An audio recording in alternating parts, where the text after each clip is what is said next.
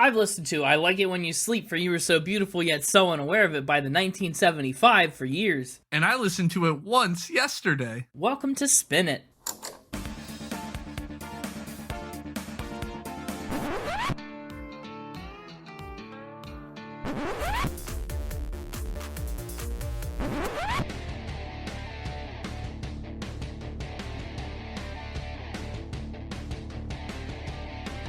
Could not have picked a longer title for an album compared to what we just did. No, you're right. The last album that we did was Fragile. This one is I Like It When You Sleep, For You Are So Beautiful Yet So Unaware of It. Many more syllables, but hold that thought. Hi everyone, welcome back to Spin It, the record ranking podcast for people who would rather be listening to music. I'm James, and with me is Connor. That's me. You sound dejected that you didn't come up with a catchphrase yet. No, the writing department hasn't gotten back to me. You've had all week to think about it. I'm just a little surprised that it's taken so long to come up with anything. Look at how well they did on their last assignment we gave them. We finished it for them in a week. But that's not the point. The point is, how about some alt-pop music? How about some Brit-pop, new wave, synth-pop, pop? How about it? How about it? That's the spirit. That's a good catchphrase. No, absolutely not. You don't like it? It's not got the pizzazz I'm looking for. It's no A, it's me. Or whatever your catchphrase is. I accuse you of having one, but I don't think you really have one. No, I don't. Yours is welcome back to another episode of Spin It. Do you know how many times I've said that? 49 times. 0. I've never said welcome back to another episode of Spin It. Except now. Oh. So once. What do you say at the beginning of the episode? You're here every time. It's been almost a year. I'm a master procrastinator, and so I don't think about what I'm going to say at the start of the episode until I hear you start to speak at the beginning of the episode, and then I panic, try to come up with something, which is why it usually defaults to "it's me." That makes sense now that you mention it. Also, for those of you listening not on the website, this episode, based on how we've started so far, is definitely going to be a B-side cut. It's also a very long album, 17 tracks. And so over on the website, we'll talk about all 17 of them and have, all kinds of fun times. This week, we're talking about the 1975. I know you weren't around in the year 1975. You don't know that. Do I not know that? Can I not say that with certainty? I don't know. Are you a squirrel? Can you do the math to figure out how old I am and when I would have been born? Certainly not 1975. Are you certain, though? Yeah. Did you carry the one? No. Gotcha. I don't know what that bit was. I don't either. Add it to the reject pile. Anyway, tell me about 1975. How about that? Yeah, I'm going to tell you everything you ever wanted to know about the 1975. Okay. They were formed, contrary to popular belief, in 2002. Oh, I was definitely around for that. Yeah, you were. And they're based out of Manchester, England. I'll tell you what, it's been like 14 episodes since we've done a band that hasn't undergone lineup changes. We've done so many bands. Is this one of them? This is a band that's never had a member change. They've always been a group of high school friends. Spin It Consistency Award. We've gone from the most full-time members ever in Yes with 19, all the way down to the band that's never changed, their core 4. We've got Matt Healy on vocals and guitar, and he's also the primary songwriter for the group, the lyricist, right? So a lot of the things that you'll hear, the themes that we'll talk about, those are the brainchild of Matt Healy. Adam Hahn plays the guitar, Ross McDonald is the bassist, and George Daniel is the drummer. That's the 1975. Under the Sea. Why? Just every time. Oh, okay. I got lost for a minute. What you mean is every time I read the names and the instruments, your brain goes to the newt played the flute, the chub played the tub, Yep. like Under the Sea. Every time. Can't help it. Right. Before the band was called the 1975, they tried on several names for size, like Talk House, The Slowdown, Big Sleep, and more. All one word, by the way. I like Big Sleep. It very much parallels the way that they come up with their song titles. I could use a big sleep right now. I bet you could. Take a big nap. But what happened was they encountered the phrase, the 1975, scribbled into the back of a copy of Jack Kerouac's novel, On the Road. And they said, oh, that's so cool. Let's do it. In the band's early days, they covered punk rock songs all around their hometown club scene until they, quote-unquote, eventually wrote a song, as Matt Healy describes it. It just kind of happened one day. Before putting out their debut self-titled album, the band released a series of 4 EPs that they consider essential to people understanding their sound. In an interview, Healy said, We wanted to make sure we could express ourselves properly before dropping this long, ambitious debut record on people. And he was very right. The band was selling out shows before the LP was even released. That long, ambitious album, self-titled, right, called the 1975, it came out in 2013, featuring 16 tracks. Several would pick up airplay and chart in the UK and the US, including Sex, Chocolate, and The City. Their first album, by the way, is phenomenal, and I really wasn't sure whether I wanted to go with that one or this one. But here we are. Here we are. I think I Like It When You Sleep scratches a different itch than their debut record, and it's an itch that I wanted the podcast to scratch. Yeah, so while in this early stage, after they released that album, they opened for bands like Bastille, Muse, and even the Rolling Stones. And their solo tours took them from everywhere, like the Royal Albert Hall to Coachella. They really got around. In early June of 2015, which has now been 7 years, that's insane, the band started to tease their new project on social media, which is a tactic that they love to do. They cleared off all their socials and they go dark for a bit, which leads to all kinds of speculation. You know, what's the next project? What's it going to be? When's it coming? Do they still exist? Did they break up? Whatever. The new project that they were teasing this time was their sophomore album, I Like It When You Sleep, for You Are So Beautiful, Yet So Unaware of It. The teasers came well in advance of the record's release, right? I mentioned they cleared all their socials in June 2015. The record didn't come out until February 26th, 2016. A couple months they had to anticipate and wait. After this album, they've released a live album from London's O2 Arena and a pair of albums that kind of thematically go together, right? And they're called A Brief Inquiry into Online Relationships and Notes on a Conditional Forum in 2018 and 2020 respectively. I've listened to one of those. I haven't made it all the way up to Notes on a Conditional Forum yet, but I did listen to A Brief Inquiry in Online Relationships. It's a bit of a new direction, a branch out, if you will. Award-wise, you know, I know they're only on their, fourth album now, but they've got some awards. They won a BBC Music Award for a cover of One Direction's What Makes You Beautiful. That's what made you beautiful. Yeah, that's the one. Do you think you'll win a BBC Music Award for the cover that you just did right there? I better. I better. Cough it up, BBC. Add a cover of 1975's cover of That's What Makes You Beautiful. Oh, you covered the cover. Add that to the list of tracks for Connor's Hippin' and Hoppin' album. It's not really hippin' and hoppin', but I'll allow it. That's what'll make it the cover. We'll hip and hop it. Oh, okay. We'll hip and hopify the cover. Boy, I'd love to see you try. The 1975 has 3 Brit Awards, 2 for British Group, and their third album won British Album of the Year. They've been nominated for 2 Grammys and 6 MTV Awards, and their stage shows, this is a new award for us, their stage shows won a Night of Illumination award for their light design and effects.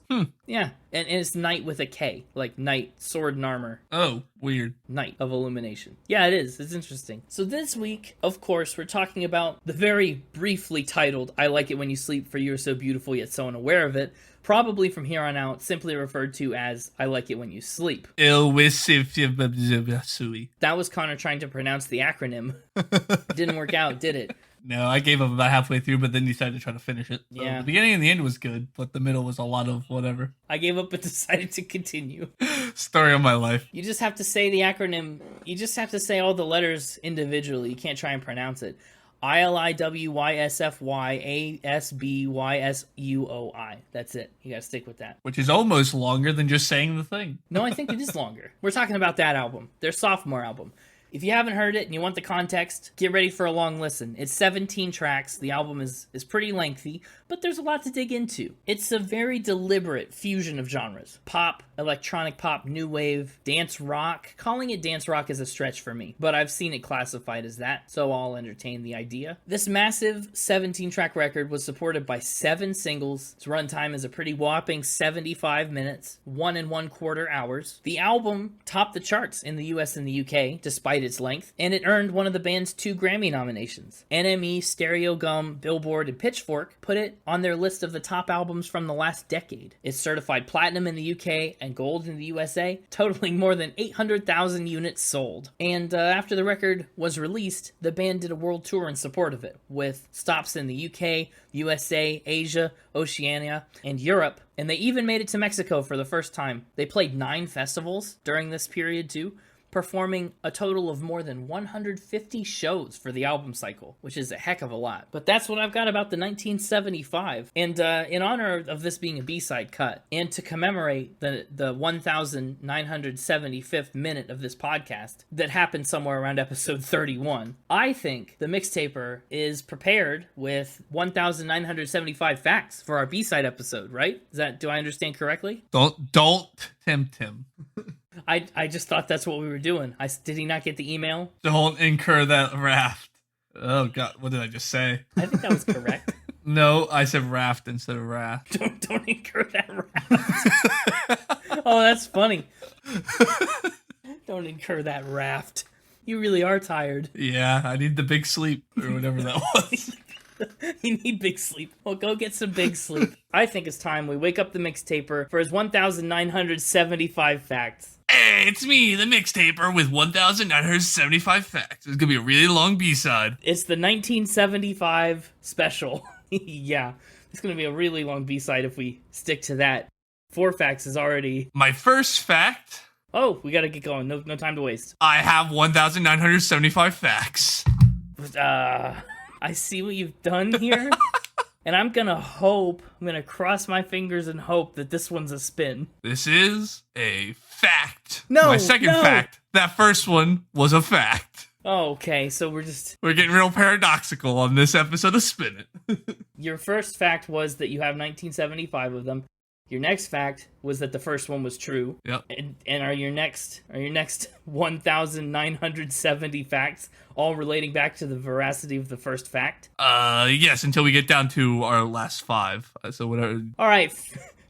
Fact number 1971. Here we go. All right. They were in a musical. Oh, ooh, in a musical. What kind of a musical? Like one that we've known, an established musical that they played roles in, or a special new musical that they were like the brand new stars of? The first one. Okay, which musical was that? A chorus line. Oh, I haven't seen that one. But that's the one that invented the can-can, right? The dance? I'm gonna go with yes. Maybe. I don't know. Maybe I'm just making things up. What parts did they have in this musical? Matt played Zach, Adam played Larry, Ross played Don, and George played Greg. No way. George played Greg? Yeah. That's so cool. I don't know who those characters are. That pretty much meant nothing to me. I don't either. I haven't seen the musical either. So how'd they land the parts? Are they significant speaking and singing parts, or are they kind of like side characters, background roles? No, they're pretty significant. Zach and Larry are the main male leads. Oh, okay. Yes, the show opens during an audition for an upcoming Broadway production. The formidable director, Zach, and his assistant choreographer, Larry, put the 24 dancers through their paces. Every dancer is desperate for work. After a round of cuts, 17 dancers remain. Zach tells them he's looking for a strong 8-member dancing chorus of 4 boys and 4 girls. And this continues on for several paragraphs. I'm not going to read the whole synopsis. Please don't. Okay, so what level was this production put on at? They were high school friends. Is this a high school theater production? Perhaps. Perhaps does not answer the question exactly. Yes, it was. It was. Okay, awesome. That was the buried lead. I dug it up. I finally dug one up. Did they like it? Have they talked about it? Yeah, they had fun. Cool. I'm going to say this is a spin. A spin? Yeah. What makes you say spin? Well, I'm going to say it's a spin because there's something, I don't know. I guess high school was we did high school theater too. Yep. And I don't know, just based on the style of their music and something about the whole attitude of it, it's hard for me to imagine that all 4 of them would have done theater in high school. Okay, then. I don't know. They're good storytellers, and they definitely, they put a lot of heart into their music, and is very performative in a certain, not like acting performative, but it definitely displays a lot of emotion, I guess. But I don't think it translates into acting. All right, well, if you're going with spin, I'm going with spin. My answer is this is a spin. Yes! Oh, good. This is a spin. In fact, I was originally going to make it that it wasn't in high school, but when you suggested that, I was like, yeah, let's go with that. That sounds better than what I had. Oh, okay. That's why it was a perhaps. I forgot that they all went to high school together. I was just going to say that it was a limited run off Broadway. Why would they? They're Londonites.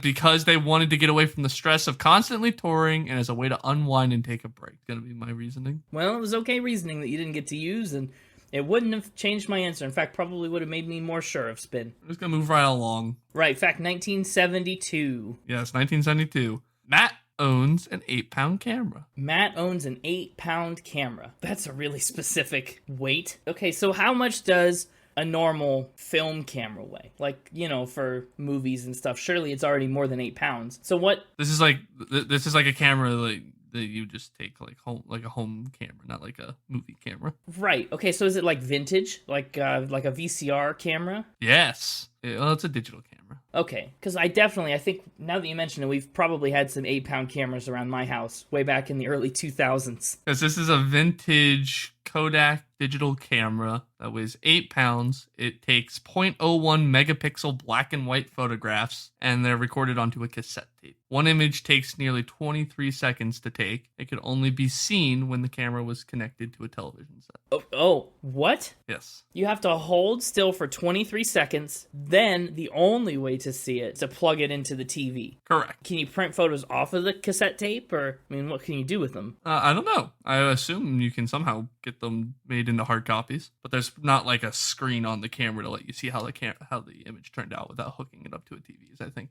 the description here that I'm reading. Right. Okay. What kind of camera could you not print out your pictures? That'd be a dumb camera. You're right. It doesn't make a lot of sense, but I don't know what things used to be like. Okay, so is this a thing he's acquired in his general adulthood? Is he a collector or an enthusiast? What's the story? No, he just found it at a flea market, thought it was cool. Oh, okay. Just discovered it. Yeah. How much did he pay for it? I don't know. How much is it worth? Ooh, that's an interesting question. Let's play Guess That Dollar Amount. Cool. I'm going to say a camera with such versatility, such high quality image capture functionality, and so many diverse uses is probably worth about $15. The problem is it's vintage now, and that might make it worth more. I don't know. Yeah. Everybody wants to do Polaroids and whatnot. I just don't know. Full disclosure, I didn't have a dollar amount when we started this game, so I was frantically trying to find it. Oh, no, you just started the game without a dollar amount. You have to guess that dollar amount, too. Wait, before you find it, I want your answer. I bet you, so if you were buying one today that you found vintage, it'd probably be a couple $100 because of the vintage side to it. But I bet you back then, being the first digital camera, it was pretty expensive. A couple $100? You think getting the camera today for a couple $100 is not pretty expensive? Right. Well, you probably would have got it for like $25 back when it was created, but that inflated would be worth more than the couple $100 you'd spend today on it. I feel like your numbers is kind of like where my logic's at. I feel like your numbers are way off. What's the actual number? I don't know. I can't find one. You can't find one? I'm struggling. What's the camera? I can look too. I don't know. Well, first, hang on. Before we get too distracted, fact or spin? I think this one is a fact. I suppose. I don't know. He seems like an eclectic fella. Someone who might collect things. I mean, look at what we're about to talk about. The album cover and some of the accompanying artwork for this album is very reliant on a certain aesthetic. And even in the music, you can hear that he's kind of a guy, and this is a band that's built around a style. So I think it's not unreasonable to assume he would go out of his way to find cool things that maybe would match that style or influence it. I'm going to say this is a fact. This is a spin. Oh, man. Is it only a 7-pound camera? Yeah, I really can't find a cost on this thing. Maybe it never existed. Yeah, well, I base it off of a real camera. I just can't find a cost for it. Yeah, how did you decide that this camera was something you wanted to talk about? Kinda came up with the idea. Cool. Oh, here we go.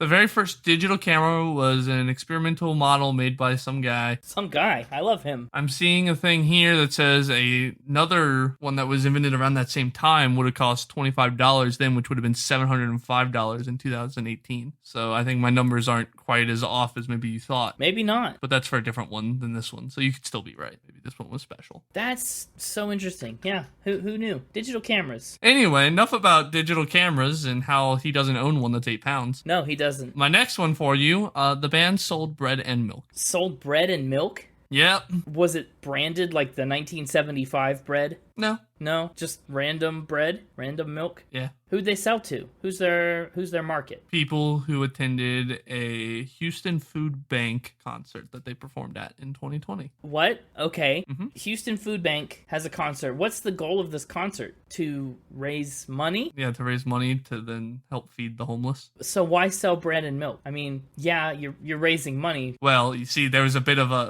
a bit here to selling the bread and the milk. They sold the milk for 46 cents and the loaves of bread for 33 cents because that's what they cost in the year 1975. What?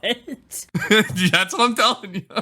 Hold on. So the point was to raise money. Yep. And they took heavy losses on selling all the bread and all the milk. According to this article, is the band bought a bunch, paid for the bread and the milk and then sold it for 46 cents and 33 cents. So really they made an additional 46 or 33 cents on top of whatever the band donated. Got it. It was donated bread and milk. Yes. They didn't Okay. just sell bread and milk at a loss. I was like, man, the food bank really needs to get their act together. It's like the opposite of how it's supposed to go, to raise money. Selling it at a loss. Right, I know. How much did they sell? They sold 20,000 loaves of bread and 18,000 gallons of milk. Wow. Okay. And how much had they bought? Did they sell their whole stock? Or did they have like thousands of loaves of bread left over? Who's to say? Who's to say? I don't know. I don't have that info. Why would they gimmick the price like that? Why wouldn't it just be like $1 for each? Why would it be all, this is what it costed 1975, a year that none of us were alive? Because they're the band, the 1975. Yeah, I know, but they frequently like shirk the fact that they have anything to do with that. It's not like a part of their identity aside from the name. If you're looking for a fun little bit to do at a charity thing, and your band's name is 1975, I think it makes sense. But that's for you to decide, I guess. I'd change my name to No. Sounds like you're leaning spin on this one. Yeah. Yeah, it sounds like you're leaning spin on this one, though. I'm not sure what to think about this one, to be honest. The logistics of distributing 18,000 gallons of milk at a concert kind of elude me. I feel like this is a fact, though. For some reason. I don't like that this feels like a fact, but I think I'm going to go ahead and say that this might be true. Well, you might be wrong. This is a spin. I should have known the whole time. That was too. Yeah. That was too. I couldn't pass up the wheelhouse. opportunity to use the name of the band in some fun way. This was that. That was pretty illogical. Yeah, well, I was hoping that if I kept it illogical, that would throw you more than if I had reasons for everything. Honestly, what did it was when you said, so you sound like you're leaning spin, and I went, You're like, oh, he wants me to go spin. I got you there with the accidental mind games. you did. Or, I mean, the on-purpose mind games. Haha, I knew what I was doing all along. Evil. And now for the 1975th fact of the episode. Well, we're only on number 74. We have a classic 4 plus a bonus one for the B-siders. Oh, well, I've been numbering them wrong the whole time then. So we started with 1970. You started with 70, right? Didn't you start with 70? No, I started with 71. Oh, did you? Yeah, I didn't know there were 5. No, well, then that's right. No, yeah, 71, 72, 73, 74, and then 75 would be the 5th one. You're right. You're right. I am right. You just skipped 4. The squirrels outside my window are giving me a thumbs up. Thanks, guys. The math department is helping me along today. Well, my 4th one and final one for the normal side listeners. They all have pet rocks. Oh, I love it. They all have pet rocks? Yep. Did they choose to all have pet rocks, or were they just a gift? No, they made them. They made them. Mm-hmm. How? Why? Like, what was the occasion? Was it a bonding experience? Need an occasion to make a pet rock? It probably was, but no, they just made giant pet rocks of themselves. You know there's one guy in the band that's like, this isn't what I thought we meant when we said we were getting stoned. But yeah, they made giant pet rocks of themselves.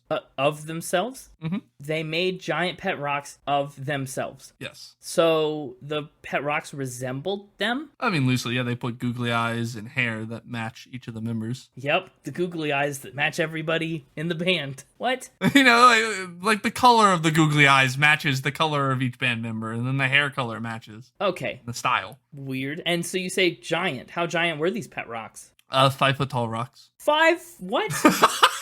That's not what I was thinking. That's like a... Well, I did say giant pet rocks. That's giant. So Yeah. just to have? They just made these to make them? They're sitting in the back of Matt Healy's cottage in Norfolk, arranged on a stage like they're performing at a concert with fake instruments. How'd they get 5-foot tall rocks into the back of the cottage? Did they all just like work together to go collect them? Did they have them delivered? Well, you can buy them. A 5-foot rock is pretty big. Okay, yeah, you could buy them from like a garden supply place. But so that's what they did then. I mean, I assume how else do you get 5-foot rocks, right? You're not doing that yourself. Yeah, you could. I don't know. Do they have names, perchance? I would assume they're named after themselves.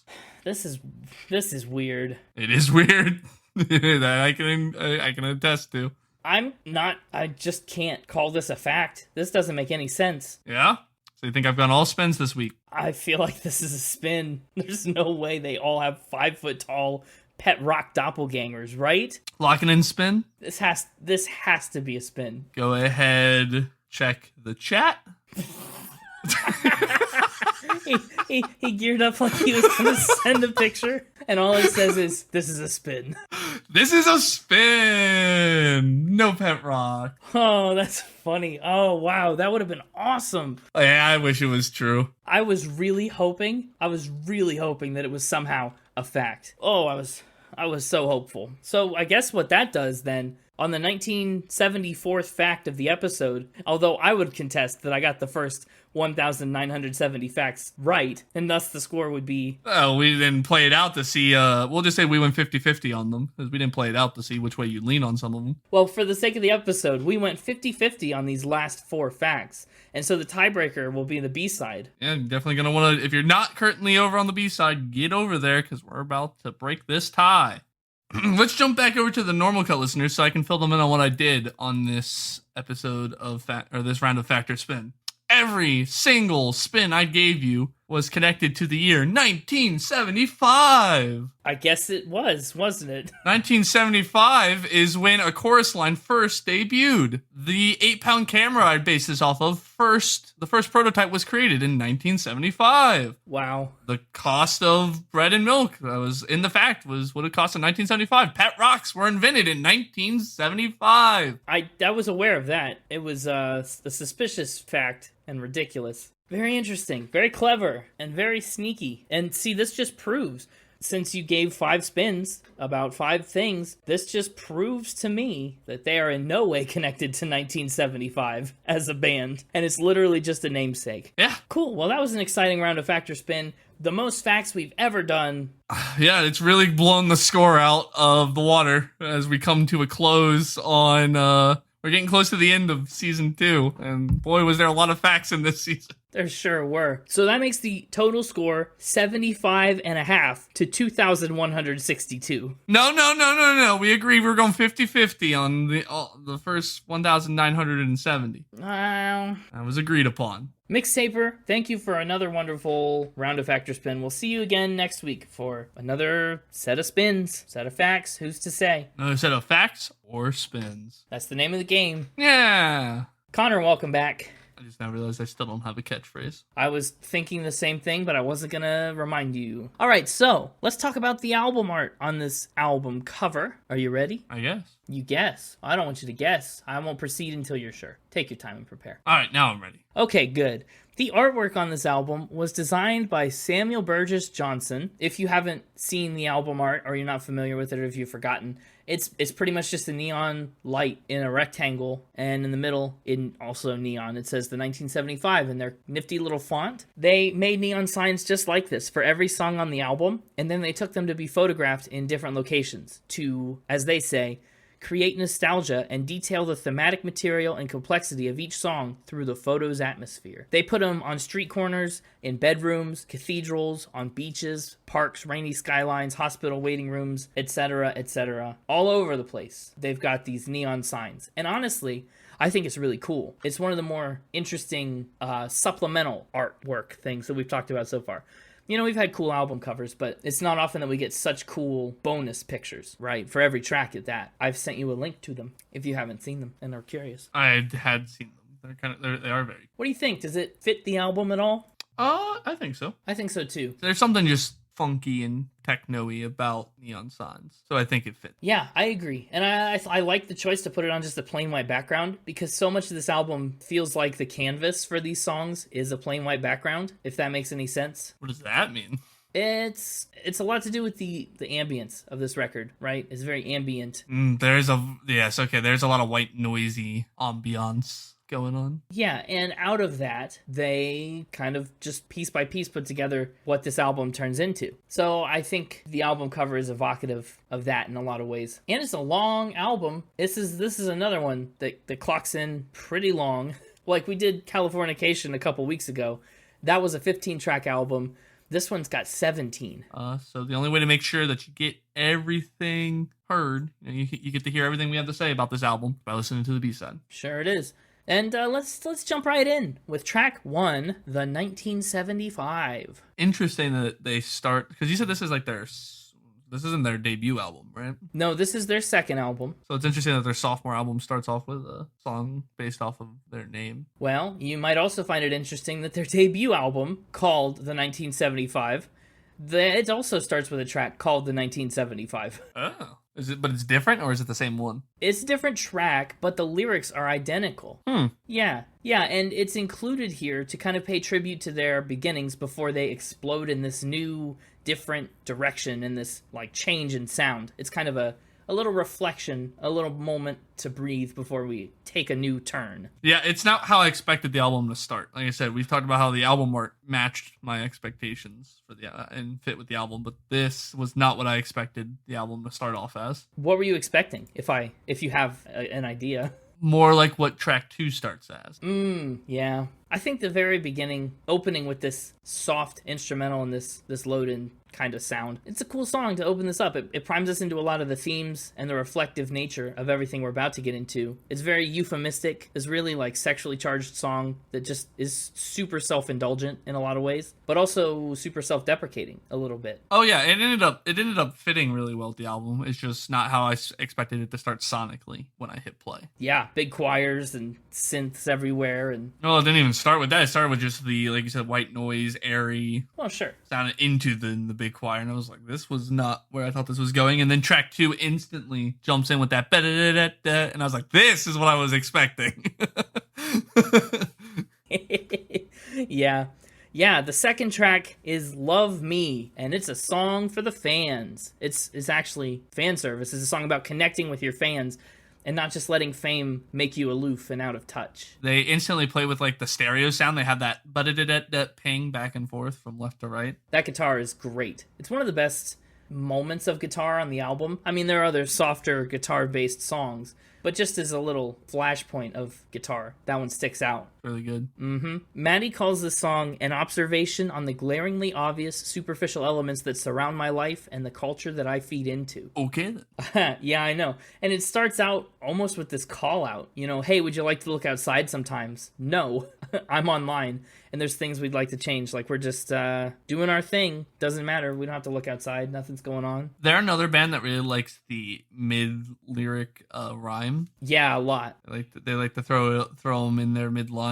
One that got me in this song was verse 1, like midway down. They say, next thing you'll find, you're reading about yourself on a plane frame. What a shame. Fame, yeah. Fame. I don't know why I said frame. I don't either. Plane, fame, what a shame. Oh. Yeah, it's great. And I also, I have to highlight, in a similar vein, caught up in fashion, car crashy and panache, and a bag of bash for passion. You got a beautiful face, but you've got nothing to say. That just rolls and rolls and rolls and rolls. That keeps you hooked right away.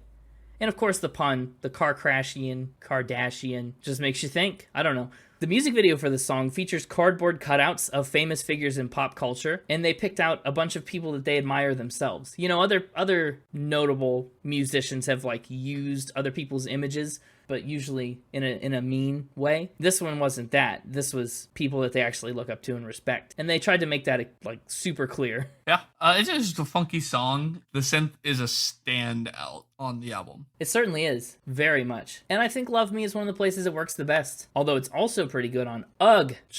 Maybe I should sound more exasperated. Ugh. Exclamation mark. Yeah, that's track 3. We probably got it close enough. Right? This song is a pretty well disguised song, at least in a musical sense, pretty well disguised, about the struggles of overcoming cocaine addiction. And the ugh represents the frustration with being unable to break the cycle, unable to get out of it and get away from it. It had one of my standout lyrics on the album. Ooh, well, which one is it? Wait, let me guess. It's just a simple diuretic. Is that it? That was another one of my notes, but it's not the standout line. Standout line happens pretty early in the song, actually. It's the first two lines. Hey boy, stop pacing around the room using other people's faces as a mirror for you. I really like the using other people's faces as a mirror for you Yeah. line. Really good. But yes, the diuretic and empathetic rhyme, that was a good rhyme. That's a complicated one. That's not one we'll probably ever hear in any other song. Get the Spin It Diuretic Award. Sure. Ugh. Spin It Diuretic Award. Oh, what a funk pop groove on this song. I like it. It's so easy to anticipate the return of that chorus. And there's so much cool synth work in the background to build this one out, fill it out in a really compelling way. Yeah, and speaking of the chorus, it has a rhythm that's off of one list kind of hard to get, but I think off of multiple listens, it would become a fast favorite rhythm on the album as well. Yeah. When I was hearing it for the first time, I couldn't instantly pick it up, but by the end of the song, I was like, yeah, a couple more listens of this, and it's all I'll be singing. It's the only thing that'll be going on in your mind, taking over your life a second time. They do, really. I mean, for a song about cocaine addiction, they pretty much lay it all bare. Your lungs need filling since your gums have lost their feeling, but don't say that you're giving it up again. Ooh. Yeah, it was really masked. Yeah, really. No, but the sound-wise, if you were to play the instrumentals for me, just the instrumentals, and say, what's this a song about? You're right. These instrumentals don't sound like they're about cocaine. No, exactly. I would not guess that this was a cocaine song, just based on the music. Oh, just based off of the music. Right, literally Okay, only that. whatever. What? Okay. That feels... It definitely doesn't sound like a song written by somebody on cocaine, but any song can be about cocaine, no matter how it sounds. I mean, I guess. Being like, oh man, that piano sure doesn't sound like cocaine. Like, what?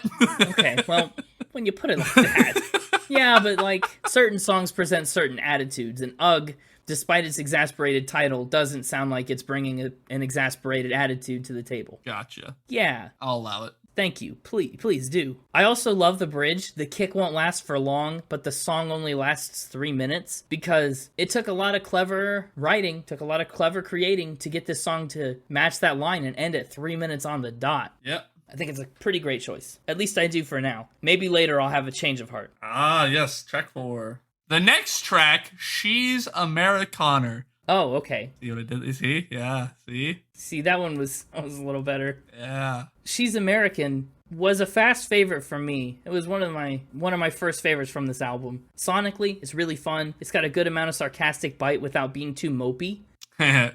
What? Sarcastic bite because half the lyrics are about teeth. Oh, yeah, good point. One of my notes for this song was which American told Matt that he needed to fix his teeth because he took it real hard. I think he might have, yeah. The whole song in general, it satirizes the perceived novelty of English people to Americans. So he lists off all these ways. And how we're so much better than them. Yeah, I mean, that's the perception.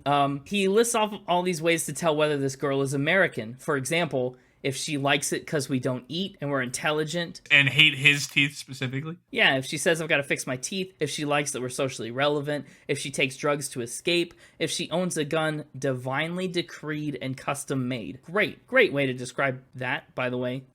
It was such a weird song. I couldn't get past how many times he said the lyric, if she says I've got to fix my teeth. Like, it's like 50% of the song.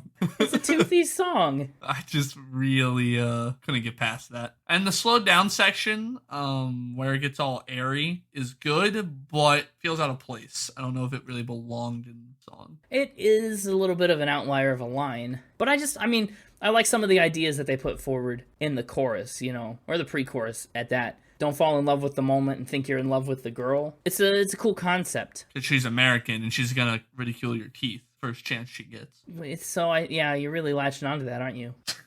He latched onto it. 50% of what I had to dissect. Sure. Maybe having you dissect this one was biting off more than you could chew. Yeah. This song might have been inspired by the band's time living in California to record this album, where he obviously interacted with plenty of American women and their teeth, I suppose. I just love the bluntness of the line, your face has got a hold on me, but your brain is proper weird. Because if that's not the entire sentiment of this, like, whole song, nothing is. This is a proper weird song. No, it's a proper fine song. It's fine. Weird can be... Listen, weird is fine. All right? Don't take me calling it weird as a negative thing. Sure. Podcast is weird. We're great. Yes, I agree. At least I would agree if I Believe You. If I Believe You is a really introspective song about Matty working through his faith, or lack thereof, and wondering whether purpose is possible to discover without it. Is that a real organ at the beginning, or is that a synth sounding like an organ? It's a great question. I couldn't tell. It's almost certainly a synthetic one. I figured it was, but, I didn't want to assume. Yeah. No, I feel like it is. Also, clapping, interesting choice. Is it? I wasn't expecting it. I was kind of like, okay. And then immediately, I kind of stopped paying attention to the song so I could write down the note. Imagine playing this song in a room with clap on off lights. It'd be a funky little rave. a little rave because everyone's clapping. In the song, as the song was playing, every time there's a clap, the lights would turn on and off. Well, I never thought about that. That would be pretty annoying. Also, I wrote down the note because that first line is, I've got a God-shaped hole that's infected. And I was like, you should go see a doctor about that infection. I don't want it to get bad. Probably. While you're there, maybe fix your teeth. Sorry, I'm American. Hey, careful. He's sensitive about that. Yeah, you should definitely go get that checked out. I feel like you missed the tone of the song, but... I did a little. Especially at the beginning. I got better as we went. Yeah, well, it's easier to pick up on as we go. There's a huge gospel influence on this track, and I think it's a really clever addition for a song with the subject matter, about abandoning your faith to take such root in gospel music, right? Mm-hmm. It's kind of clever for its irony. And I think it just shows how well they can 1975-ify all kinds of different genres. And they go on to do it in other places throughout the album, but this is definitely 1975 gospel. Part of the problem was the song started with the synthetic organ sound, and then that first verse and pre-chorus wasn't really what I wanted. And so then when we hit the chorus, that's how I expected the whole song to sound based off of that intro. And so that first little bit, I was kind of taking out my whiplash anger from not getting what I wanted. Whiplash anger? I was whiplashed by the different sounds. I was like, setting up this big like organ orchestral sound, and then they did the first verse and the pre-chorus, and then they hit you with it. And I was like, I was kind of whiplashed. Yeah, I guess it is coming down from She's American, but I think If I Believe You kicks off this long stretch of the album that's almost like a whole saga. From here up through at least Somebody Else, I think we're really in this kind of vibe much more. And I didn't even really mind the transition from She's American or She's Americana to this. It was just the intro of this song, and then kind of pivoting from that for the first verse, and then back into that sound for the chorus. I was like, wait, hang on now. I really like the trumpet instrumental that put in towards the end of the song. Oh yeah, it's swell. Go ahead, make a joke about the next one. I don't have a joke about the next one. I'm sorry. Why don't you please be naked? No. The next song on the album, track 7, is called Please Be Naked, and it's the first entirely instrumental track on the album. We could record this episode naked. I had no idea. I don't want to do that, and no. Oh, fair enough. Please don't be naked. Pretty definitive about that one. Podcast policy. Instrumental song, you know me, love an instrumental song. It was also an interesting title for a song to follow the very religiously themed one. Yeah, I suppose it is, isn't it? I like that wind that kind of blows at the start of the song. I also missed the tone on this one a little bit at the beginning, because it's starting with wind. They're naked outside, better not be in public. Especially if you live next to Ronald Reagan like Barry Manilow did. But the piano was very pretty. But there's a lot of that like white noise just sounds, some banging, Oh yeah, there's some banging. Some interesting sounds going along with the white noise kind of piano. But I liked it. It grew on me as it was going. I decided it was a yes. A yes. Cool. Well, that's actually kind of the way that they designed it, is to grow on you, because I think they meant for it to emulate the pleasure of like intimacy as it goes on, as it grows, and it becomes more intense, and as it goes on. I kind of got into a bit of one of those Connor Fugue states during this one, where I was like, this is a song I could sit in a dark room with a single lamp on in the corner, illuminating a blank canvas that I stare at while I get lost in my own head thinking about the past. Yeah, are there many songs like that? Do you do that a lot? This one does. This one, we found the first one. There's at least one, maybe more. Yeah, maybe we'll find out. That was just the tone and the feelings that this song provoked. Oh, definitely, absolutely, I agree with that. And here's a fun fact about Please Be Naked. Its placement as track 7 parallels the placement of their first instrumental from their self-titled debut as well. Just another way that they tie in, the same thing as the opening track with lyric borrowing and what they did on A Change of Heart. So that's an interesting little parallel. I like the way that they call back to all of their earlier stuff. It's very neat. It's all right. It's all right. Yeah, it sure is. It happens. What do you mean it happens? I guess it does. That was a fact. It happens. It did happen. It did happen. I have no thoughts or feelings about how it happened because I am not familiar with the previous word, but it happened. You have no thoughts or feelings. Have you lost your head? I lost my head. Right, yes. All one word. All one word. Lost my head is the next track on the album. It's another song that borrows lyrics, which in that first context talk about struggling to cope after someone has experienced a drug overdose. This time it's way more introspective and personal about his own experience, which I like. And then I love it 3.5 minutes-ish, where we finally get that drum-driven pulse into this song, where we actually give it a spine, and it stops being so amorphous. I like that. And that same energy kind of continues on into the ballad of Me and My Brain. Indeed. Yeah, we're really, like I said, on this really personal middle stretch of this album. This was a not really fluid transition in my head. It was a bit of a jarring transition, yes, for me. Yeah, well, to start with the vocals chopped up and mixed around and this overlaid, I don't even know what to call it, wailing, kinda? It's not really wailing, but you get it. All these vocal parts mix and mingle together. It reminds me of like a church choir, like just singing, oh. Kinda, yeah, it gets that way. It's that way. But I do like what they do with it. Once I adjusted, they kind of do this layered start thing where they add another component every so many measures till they get this full sound to jump into the first verse. Yes. And I liked that. I just wasn't ready for it right away. They had me in this nice lulled state with Please Be Naked and Lost My Head. And then this one jumped out at you. They shook me out of. They shook you out of it? Uh-oh. He kind of follows up the song about the literal losing of his head with this depiction of the search for his brain, telling all these stories about how life has changed so greatly since he's become famous. And I kind of like it. He talks about how he can't go out to the Sainsbury's anymore because he's getting recognized. Jumps on a bus, can't do it. It's not the same. He says, has anybody seen my brain? And people respond to him and say, oh, your brain was going for a run, and would you like to sign an autograph for my daughter because she adores you? But I think you're crap. You're no good. Like, can you imagine if that was what your life was like? That'd be wild. That's happened. That's happened to me all the time now that we have this podcast. I go to the store and people see me and say, hey, aren't you the guy who talks on that podcast? And I say, yeah, because we're super famous, right? Yeah, got it. right. I see what lie we were telling ourselves. Sorry, I wasn't aware that we were going for that. Yeah, that was the joke. Gotcha. Yes, super famous podcast. Number 1 record ranking podcast with the title Spin and It. That's at least what we claim. I think it's definitely more of a lighthearted lyric, a little playful allegorical story than something like Lost My Head. And in that way, I think it kind of works. It's an okay song. Solidly mid-tier. Yeah, if I were making cuts from the album, this one would be way closer to the wayside for me. Gotcha. I like it well enough. I don't know. Next up is track 10. We're making our way through the album. Somebody Else. Somebody Else, as you might expect. It's a song about coming to terms with and processing all the feelings that happen when you see your ex with somebody else. I really like this song. You liked it? Yeah, this was a good one. They do some more of that stereo sound effect where the sound ping pongs. That's true. It does. It's a lot of back and forth. I really like the lyric, intertwining your soul with somebody else. I like that one. Good lyric. That was one I highlighted too. It's in bold in my notes. I don't want your body, but I hate to think about you with somebody else. Our love has gone cold. You're intertwining your soul. Certified poetry. I also think that this song is kind of when I started to feel like, wow, they really just beat some of these lyrics to death. For example, I don't want your body.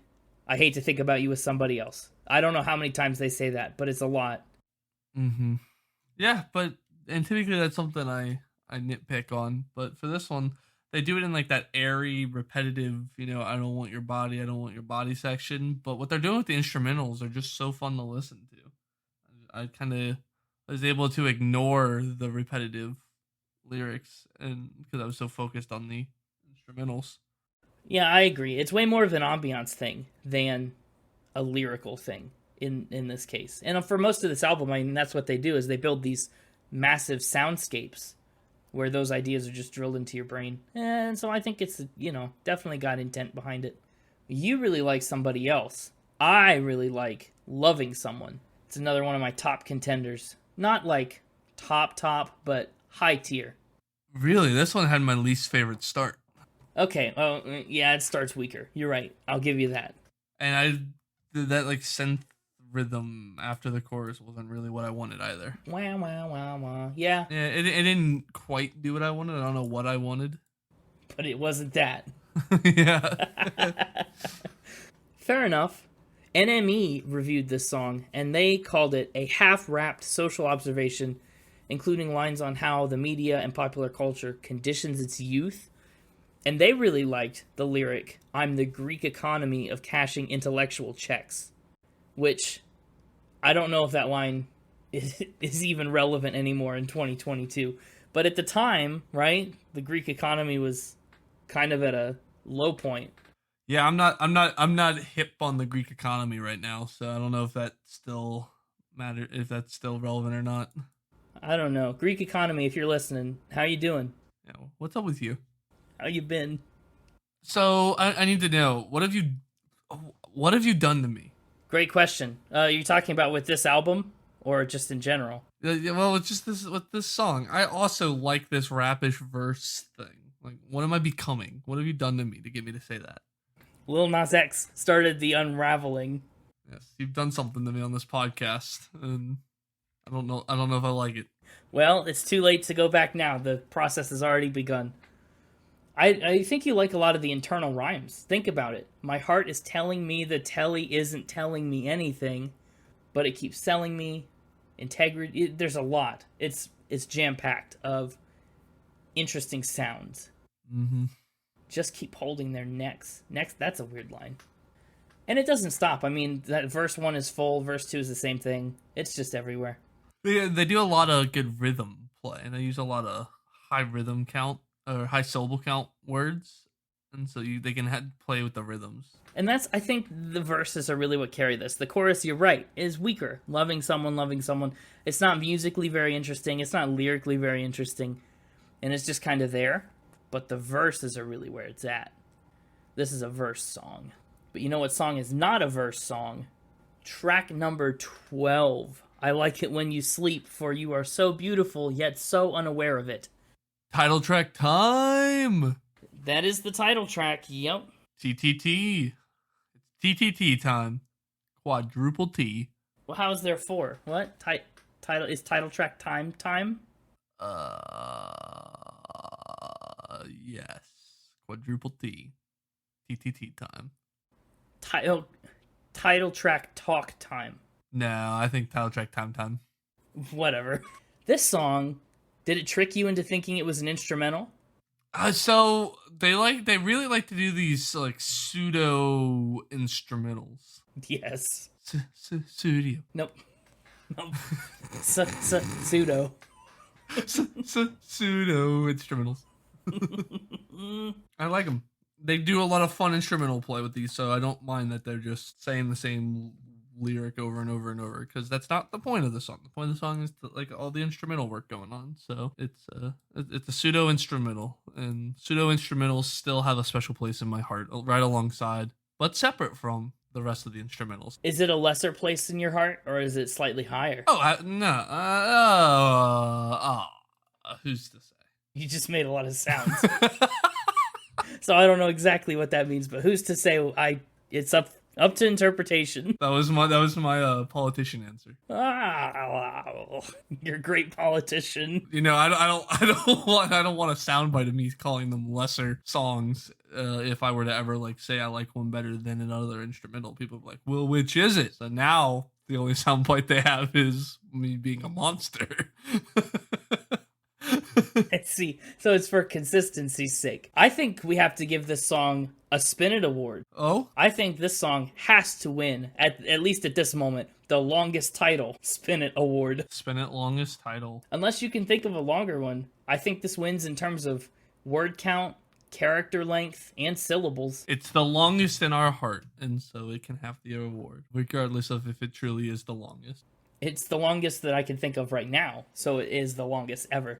The title of this song, I Like It When You Sleep For You're So Beautiful Yet So Unaware of It, is derived from a phrase that Matty once said to his girlfriend. So that's a Healy original. And where did he get it from? It's original. He got it from himself. I just love the otherworldly sound of this track. It's just so surreal. I like to think it's Jupiter. Otherworldly? Yeah, this is a Jupiter track. You thought I was going to argue with that, didn't you? No, I know I went somewhere weird with it, but I genuinely think if you had to pick another planet, Jupiter would be high on the list. Yeah, okay, that makes sense. If you had to pick another planet for this song, maybe Neptune. It's not got enough bass to it to be Neptune. Jupiter is a lot of gas. And there we got a very airy instrument. It's perfect. See, it found the thread. It works. It makes sense. I like how it loses steam, but then it really gets its second wind at like 3.5 minutes. I don't know if you were already planning to say that statement, but after we just talked about that Jupiter was a gas planet, and you used airy and steam and all these other like air-related words.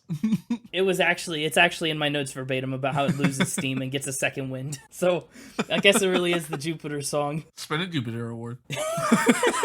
It's the Spin It longest title award and the Spin It Jupiter Award. This is a gas giant of a song. However, I don't think it's as gas giant of a song on the record as the next song, The Sound, which I'm going to go on record, and I think The Sound is my favorite. Really? Yeah, this one's hard to beat for me. According to Matty, he says, it wears its pop on its sleeve and is kind of unabashed. There hasn't been a vehicle for us to do that yet. This album is perfect for The Sound because it's juxtaposed with everything the album is. And I think that makes good sense. Don't mind me. I'm just re-listening to my top threes because I'm going to have to pick one. Oh. Because it sounds like this is going to be your podcast, your playlist pick.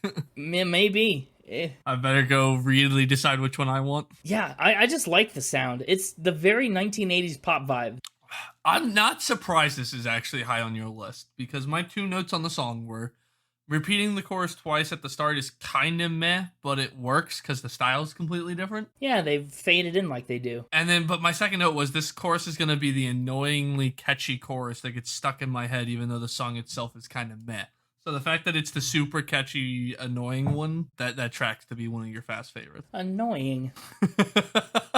It's not annoyingly catchy. Like, it's one of those ones that it can really earworm its way in and take root. Yeah, and you'll always know when it's around because you know the sound. You know the sound of the sound. Are you done? Yeah, that didn't land. I really love that lyric, though. I know when you're around because I know the sound of your heart. Like, I know you so intimately and so personally that I can tell you apart from anyone anywhere. Edgar Allan Poe over here. It is a little Edgar Allan Poe-y, isn't it? The Telltale Heart.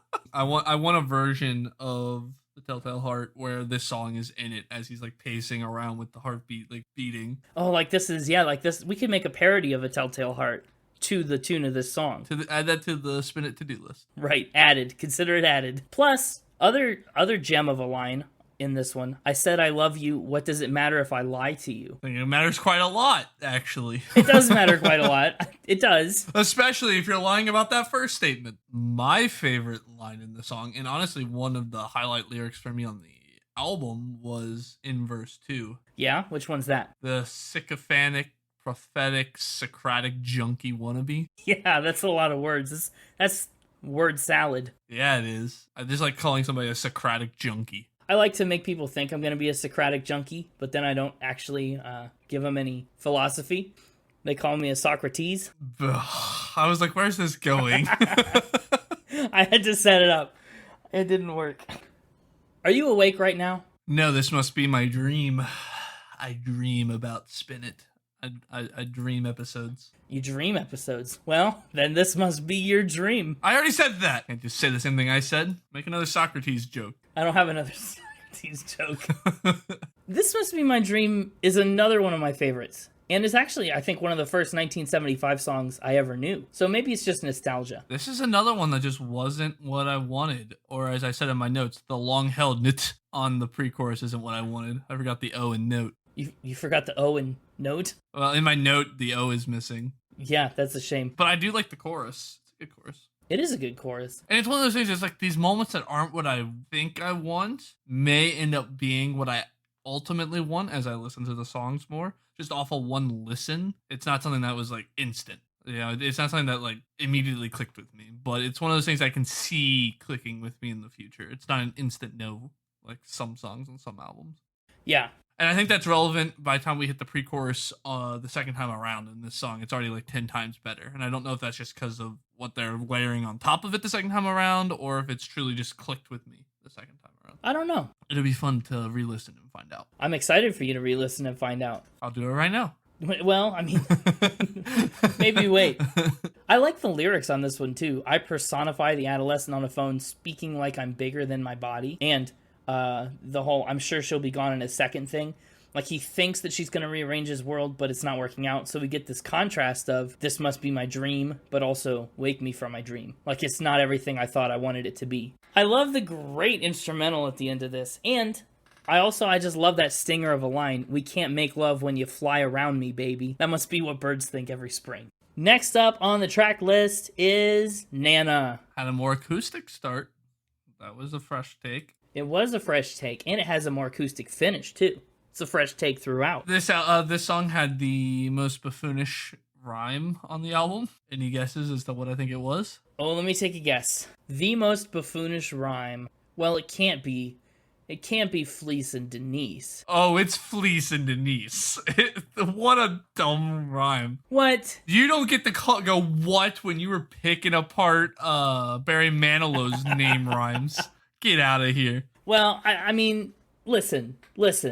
The thing about Fleece and Denise is actually his mother. Well, I don't care. The line is dumb. So I reached for a borrowed fleece from my dad or from Denise. Like, what? No. Okay. Stop it. All right, Bad. fine. Fleece is a stretch, maybe. But, so the whole point of this song is that Matty's trying to cope with the passing of his grandma, Annie, when he wrote this song. So it's another very heartfelt one. It was a cute little song, but there wasn't anything really special What? about it in my mind that like made it stand out compared to some of these other songs on this album. Like, it kind of gets a little lost because I think it's got that more softened and laid back and not in your face tone to it as compared to some of the other songs. I don't know, this one it stood out in its uniqueness from the rest of the album, but that's about it. Its distinct sound is about all it had going for it in terms of standing out. Okay, I mean, that's fair. But it is super special to him, and he writes it like a conversation to his grandma, kind of what he would say if she was still around, which I think is pretty powerful. Yeah, that's great. I like all that. When you got things like The Sound and Paris and all these other songs that are way more memorable, it's a cute little song. I like it. It's nice in its own little bubble, but in the context of the album. That's true, but I kind of take that like, it's a change in intensity from the rest of the record. And I think it's kind of beneficial that it pumps the brakes so much and it pulls us out of the world of this album, because I think it parallels how significantly his own actual world gets turned upside down when his grandma dies. So take that. Consider it taken. And finally, we wrap up this monster of a 17-track album with She Lays Down. Maybe. We'll cross that bridge when we get to it. She Lays Down is a song about postnatal depression. More specifically, Matty is kind of imagining what his own mother felt after his birth. He says that his mom told him a story. This is a quote. He says, "When I was about 17, she was so gripped by postnatal depression that she was coming into my room when I was a couple of months old, lying on the floor and actively trying to love me." So that's where we get a lot of these different lyrics. She lays on her bedroom floor. Can you guess what my first note's going to be about the song? Is it going to be, you hated it? No, it's going to be, get this rustling and groaning out of here. Rustling and groaning? You didn't like that? What about my opinions on literally every other album that's had anything remotely similar to this made you think I would love that? I don't know. Thought maybe I'd have a change of heart. See, I referenced another song. I did it. I did a thing. You did a thing. Good job. That's your one musical reference for the episode. I always guarantee you one. Except for when I don't. Right. I guess I can't be surprised that you didn't like the groaning. And I felt like these last two songs have been a pretty big departure from the rest of the album in terms of sound. Yes. Absolutely. Which better negatively impact your cohesiveness of the album when we get to your darn score, because you picked apart some of my choices for that. I don't know how to feel about it, though. Okay. Very fair. I do like that last line of the song is spoken. It serves as a nice closer to the album. The little "that was it." Mm-hmm. There's a story behind that. Matty had just finished with the last song, Nana. He was writing it, right? And it's obviously a very emotional song about the death of his grandma, and he was crying. And so while he was crying, the producer said, maybe do a take of She Lays Down while you're so emotionally distraught. And so that's what happened. And according to them, that was it at the end was kind of an acknowledgement that this was the best take, that they couldn't have done it any better if they tried. So, that was it. It's like, yes, this was the emotion that we wanted. This is the best take we could do. That was it. And it's also an awesome way to close the album. It's very finite. And with that, I suppose it's time we spin our way into the final spin. Final spin time now, as promised initially. The final spin you've all known and loved and come to expect from us. If you didn't expect it, well, surprise. Surprise! This is it. It's here. I'm going to start with scores, since that seems to be what we want to do now with the playlist picking. Committing to the new form rather than trying to force me to give my stuff before you tell me your score. I've got some notes on your conditional form, but we'll get there. I think, so I'm going to give a lot of notes. It's been 17 tracks. I've said a lot of what I need to say. I've just got a brief little blurb, and then I'll hit you with scores. I think you have to buy into this record like it's a concept record. If you're not all in, this is a drag. It's a 75-minute slog of synth. If you're with it, if you're all in, wow, is it thorough. It's super immersive. It's these sweeping soundscapes. It takes you through so many different phases and stages and emotions of life. And I think that ambience is helped along by these really long stretches of instrumentals and these really vivid, repetitive lyrics that just drive home every theme. They just drill it straight into your brain. I think the consequence of it being so ambient is that some moments of it feel forgettable on their own, but they strengthen the album so much that they're all very essential parts of the listening experience. And other songs, right, like The Sound, like She's American, like Love Me, they're going to be stuck in your head because they have that earworm writing capability. So I think this record is a win from the 1975. It's way less singles oriented than their debut record, but it marks a departure from that initial style in a direction that I think has been super beneficial for them. And I definitely would call the 1975 like an album band. You really kind of have to listen to the whole record. So I'm giving music an 82. Melodically, there's a lot of moments that are kind of lulls, and that's fine. Lyrically, I'm giving this album a 94. I think a lot of these lyrics are pretty incisive and surprising. That one's for you, Denise. That one's for Denise and her borrowed fleece. 94 on the lyrics. I'm giving instruments and production maybe a bit on the low side, but I'm giving it a 92. I think the instruments and production definitely contribute a lot to this album. And I don't know. I think, no, you know what? I'm gonna go back on that. I think 92 is about right. It's not on the low side. That's just where it is for me. And the overall vibe, it's a 91. The album does have some moments that pull you out of it, like you said, like at the end, these acoustic little tracks. I don't think they pull you out of it in a bad way, but still, it's a vibe shift. It's a departure. Overall, this album's getting a score of 89.4, which puts it solidly at number 96 for now. Just barely not getting that 90. Nope, just 0.6 points shy of the 90. However, still in the top 100. I would call this a pretty good album. Call every album on your list a pretty good album. Not everyone, but yes, most. I guess that brings it to me now. I guess it does. Should I do my top three and then my score? Or should I do my score and then we'll both break down our picks? And then what do you want to do here? I think you should give me your top three. My top three. All right, you know what? I'm gonna do it. Do it. My top three in album order. Can we do reverse album order? You just always do album order. I feel like that's gonna confuse some of our listeners, but I can do it. Yeah, just try it. See how it feels. It's gonna feel backwards, but here we go. My top three in reverse album order. Our bonus track, How to Draw. Really? I really liked it. I truly did. The image, that imagery of how they what they do in 3 short lines of lyrics. They really set you up and knock you down perfectly. They execute it very well. It's true. Then it goes Paris, Somebody Else, Honorable Mention, Please Be Naked, A Change of Heart, Love Me. That's right, ladies and gentlemen. We took 6 for the top 3. Oh no. Which means for the next 2, I'm down of choice because I usually take 4 for my top 3. So I'm only actually taking an additional 2. That's right. Yeah, you'll be down a top 3 pick for your next 2 episodes. Until the final episode of year 1. That's our year anniversary is coming right up. That's true. So well, yeah, I'll tell you what. I just really can't... don't you be cutting me off. I'm not done.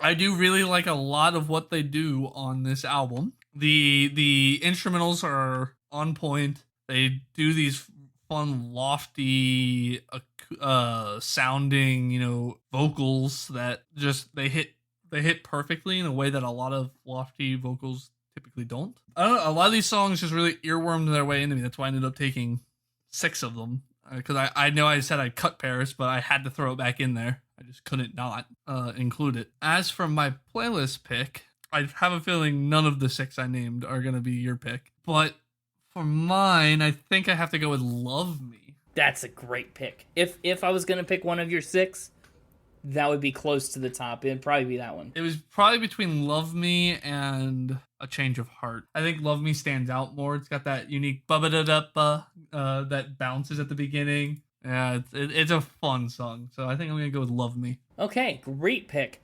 I think I shouldn't be surprised that you took 6. This album has 17 tracks. The ratio is about in check for songs picked per album. Yeah, you're right. No, the ratio is the same. I think I'm going to go with the sound. Yeah. Can't resist. Can't resist the sound. I love the sound of it. What can I say? As for my score... I'm curious about this one. I agreed with pretty much everything you had to say in your analysis, so I'm going to give this one 8 Jupiters out of 10. 8 out of 10. I'm excited about that. Yep, it's going to slot in right above Siamese Dream by the Smashing Pumpkins. Right below We Are by John Batiste. Okay, that's a good spot to slot. Good slot spot. It's a good slot spot.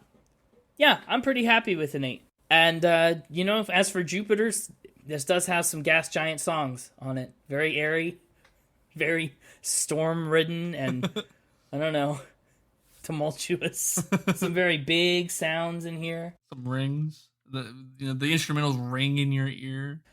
A lot of songs. Jupiter has a lot of moons. I don't know. I'm just trying to make this work for you. Hey, thanks for listening to this episode. Oh, you're welcome. Thanks for participating in this episode. Those of you that were here. If you are craving more Spin It content, and I know you are, if you want Mr. Serotonin Man to visit you a little extra this week, check out our socials. At Spin It Pod on Twitter and at Spin It Pod Official on Instagram and on the web at www.spinitpod.com, official home of Spin It Pod. We'll see you next week for another exciting episode as we edge our way closer to the 1-year anniversary of Spin It. Keep spinning! Keep spinning! Note to the editor, add Mr. Serotonin Man to the list of songs that you put on content. Oh, that's right. Yeah, Mr. Serotonin Man. Maybe he could feature on one of your songs. Well, he's a pretty busy guy with prices. Welcome now. Is he busy? Seems like lately he's not been visiting too many people. Bum, bum, bum, bum.